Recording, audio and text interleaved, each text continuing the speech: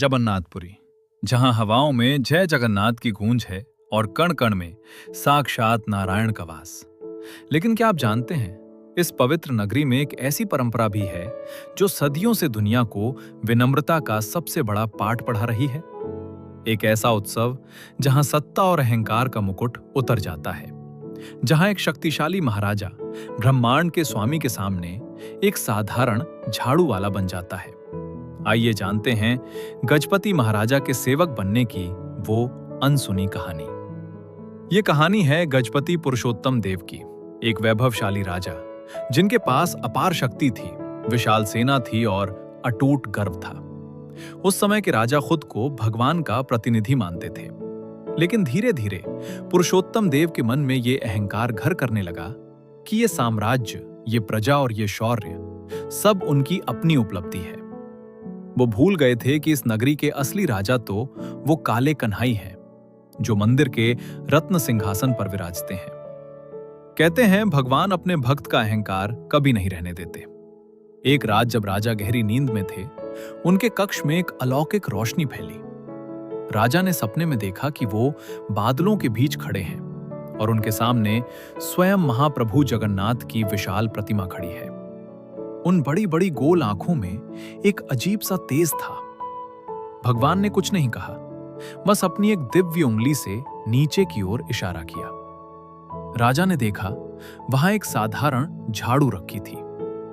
भगवान का संदेश साफ था, यदि मेरी सेवा करनी है तो पहले अपनी सत्ता का मोह छोड़कर जमीन पर आना होगा। अगली सुबह जब सूरज की पहली किरण पुरी की सड़कों पर पड़ी तो नजारा बदल चुका था।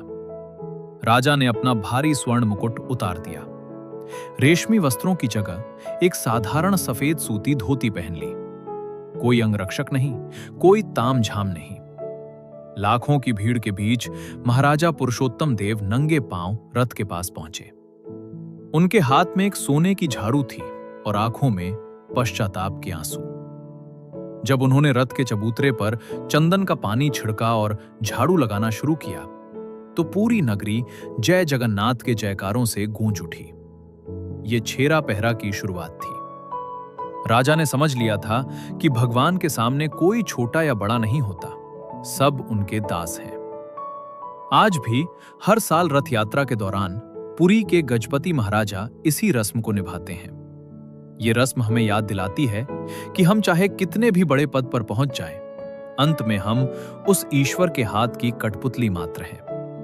जब तक आप खुद को शून्य नहीं करते, तब तक आप अनंत से नहीं जुड़ सकते।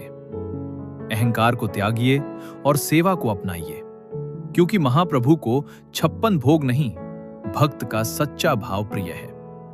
अगर आपको राजा के समर्पण की कहानी ने छुआ है तो वीडियो को लाइक करें और अपने अपनों के साथ शेयर करना ना भूलें। ऐसी ही और भी दिव्य और प्रेरणादायक वीडियोस के लिए सब्सक्राइब करें हमारा चैनल और बेल आइकन दबाएं, ताकि कोई भी लीला आपसे छूट ना जाए।